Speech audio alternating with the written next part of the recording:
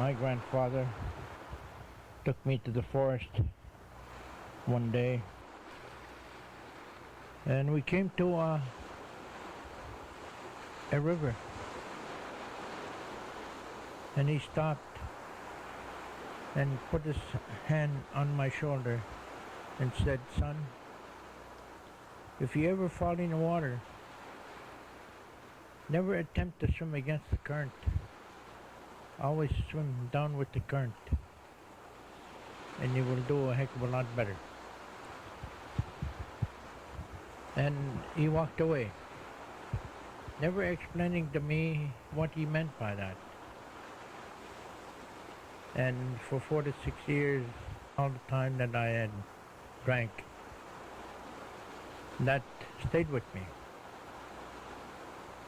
And the day that I got sober, I found out what he meant by that. That was exactly what I was doing. I was swimming against the current continually.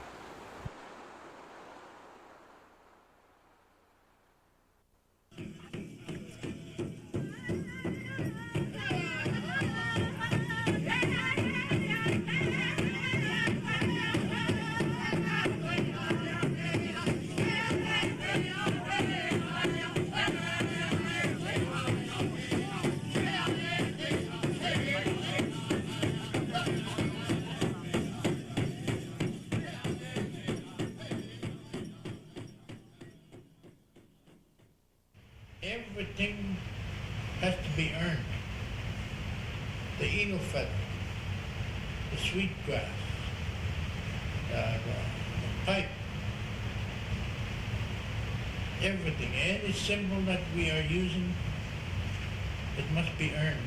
You gotta work to earn it. Then one of the men or people see that how much work you have been putting towards helping the people, then I'm going to call myself Joe, and hopefully that I can help someone. I am an alcoholic. I didn't plan to be an alcoholic. I just wanted to have a good time, not knowing where alcohol would take me.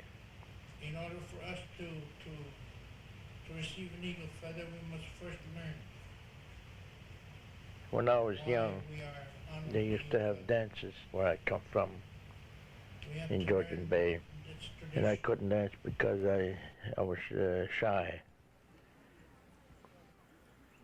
And so when I seen a couple of guys go out, and I followed them, and they went and drank homebrew, I guess. And I went, after they finished, I went and smelled the bottle, and I came back half cut. I didn't even take a drink.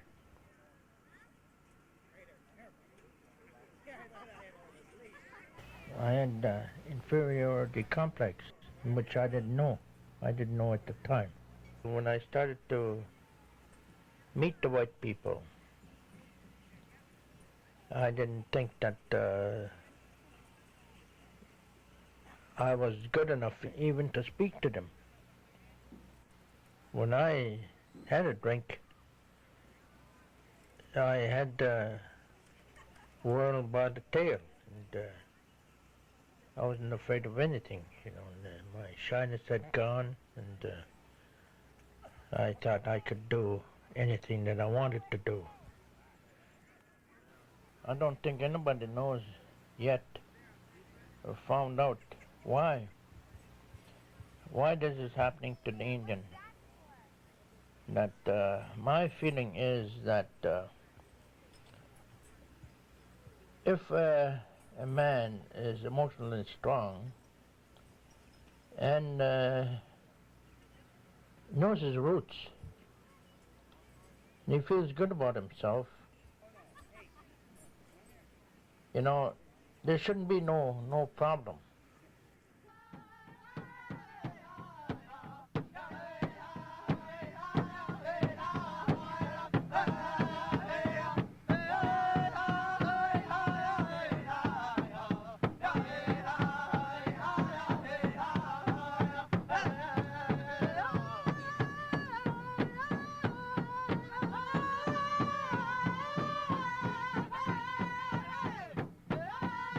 my grandfather and my grandmother, they're the ones that taught me a little bit of my culture when I was young. I used to go and stay with them, and they would talk to me. They would take me out to the forest, and they would be doing things. They would pick up some medicine and put some tobacco there. And well, at the time, I thought the Indians were crazy the way they did things, because already I had been introduced to Christianity that confused me so much, you know. When I used to go to church, I was told that I was a sinner, and when I go and stay with my grandparents, they would tell me that when I was born free, pure, and how could I be a sinner when I was so small and cute when I was born? And that really confused me.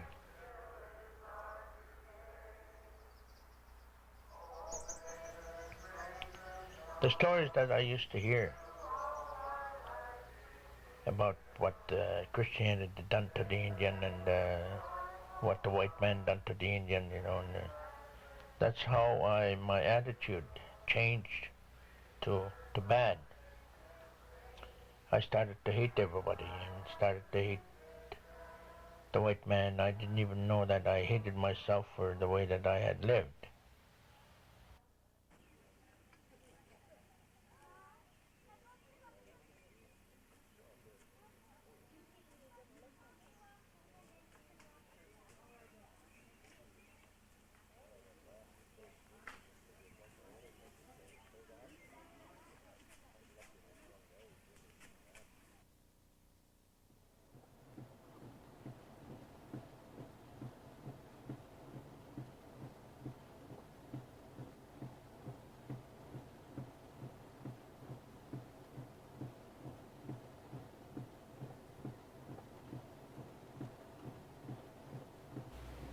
I had a job in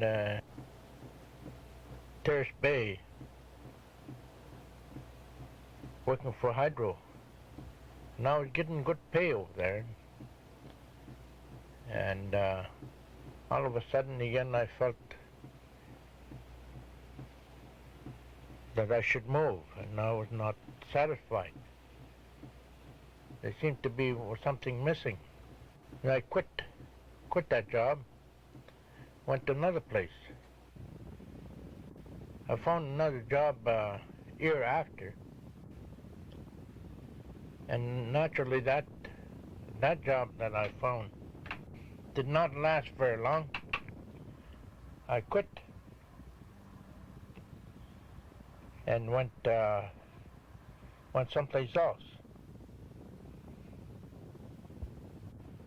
I went from place to place. I didn't even know that at the time that I was searching for something. I continued to drink, hoping alcohol would satisfy me, would satisfy my feelings, but it didn't.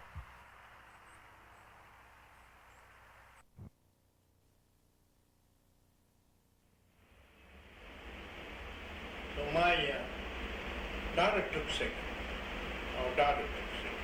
She was 17 years old.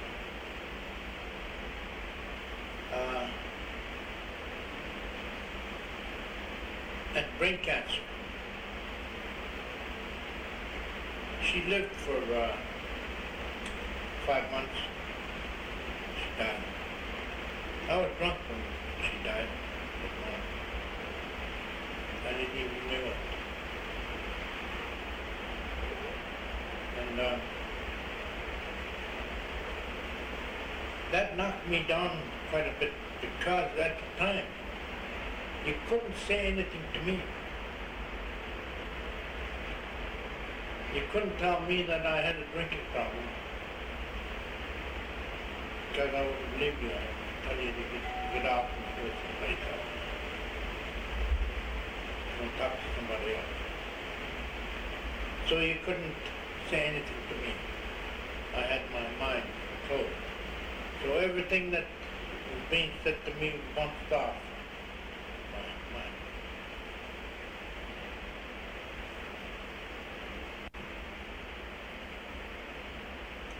The very next year when my separation ended, when my wife started to tell me that we need to separate,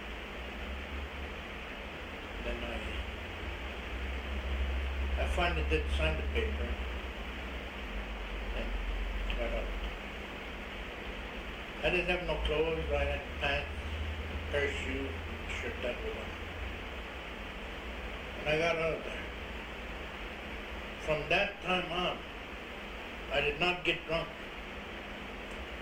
I drank myself sober.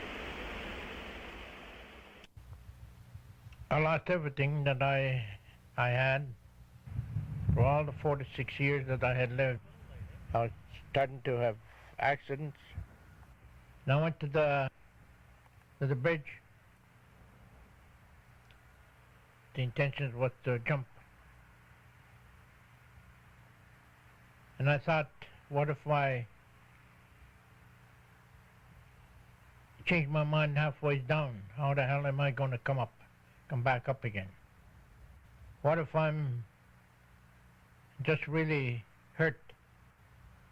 So for some reason I walked away from there.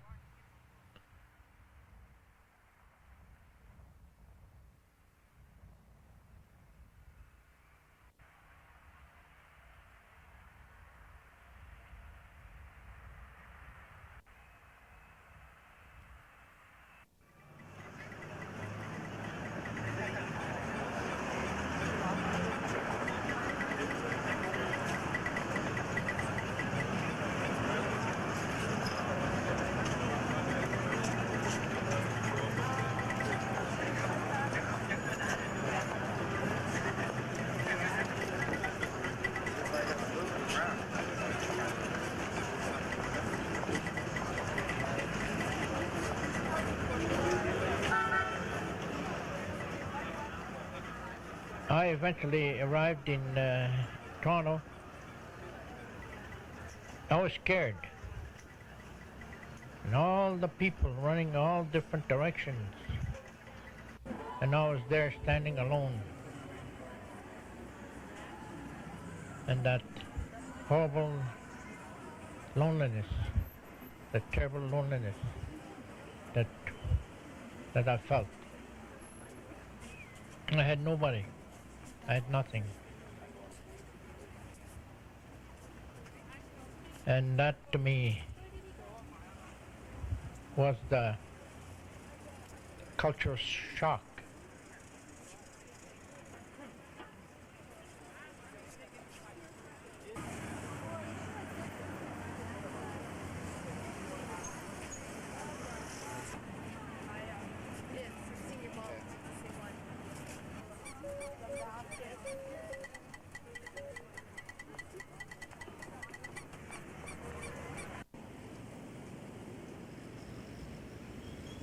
I was in Skid Row for 2 years. I know all the hangouts.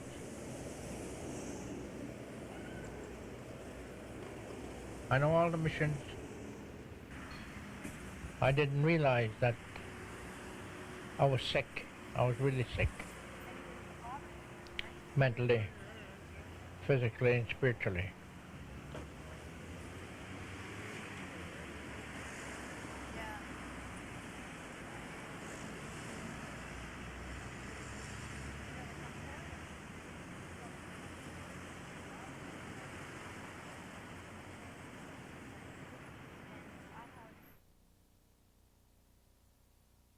Then one morning I woke up and I had 2 bottles of wine and I couldn't move. I was paralyzed. And I thought for sure that was the end. Within a split second, I found myself holding that bottle in my hand with the cork off. And I drank the whole thing. I came to at 51 police station. And the very first thing that came to my mind, that I will ask the magistrate to lock me up someplace and throw the key away. I didn't want to drink anymore. So he sentenced me to Mimico, Alex G. Brown Memorial Alcoholic Clinic. And the day that I came out of there was February 26th, 1968. And that is my dry date. And that is the last time that I ever took a drink.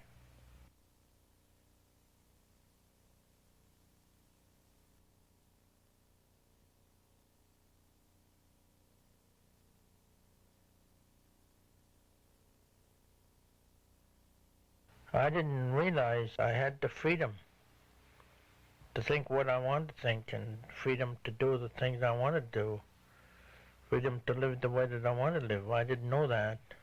It took a long time before I could accept that in my life. I finally found that freedom that I was searching for, that soul spirit.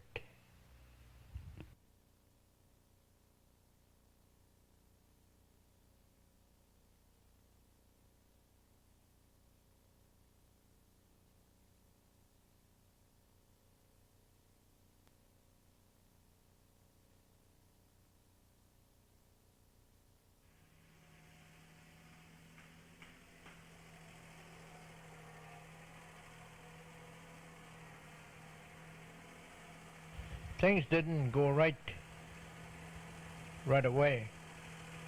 I had to work on this. I found an elder, one of the spiritual leaders, and he talked to me. I don't think it mattered what he was saying. It's the way that his voice seemed to soothe that turmoil inside. It started to calm down. And I felt really good. From that time on, then I started searching for the old people. Because they were giving me what I needed. The soothing voices, the soothing voice that the way that they speak, there was no threat whatsoever. And they started to tell me about life in general, how I should learn to respect myself, and everything that I do. Me and Rebecca, what time? Spring down, smile. Crack a smile. Crack a smile. If I had lived negatively for a long, long time, then my positive side of my life would be so weak. He was telling me that I am walking off balance. If I put more good things on the positive side of my life, eventually then I would walk in balance.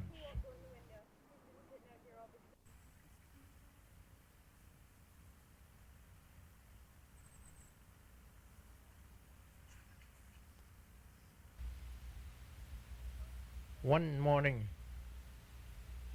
after I had talked to the Creator, and I came out of my apartment, I felt so good, as if I was walking in midair. All of a sudden, I seen a big tree I went over and touched it, and I dug in the ground to see if it was real. It was real. It had roots, and I seen flowers there, beautiful flowers. I went and picked one, and it was real because it had roots there. From that time on, I started to see things that I've never seen before. My attitude had changed, and I felt that all these people, no matter what color, form, or whatever they were created by this one hand, the Creator that created everything, all life here on this earth. So life then became beautiful. The things that I seen that I have never seen before, everything about life became beautiful. And that was the greatest experience that I had in my whole life.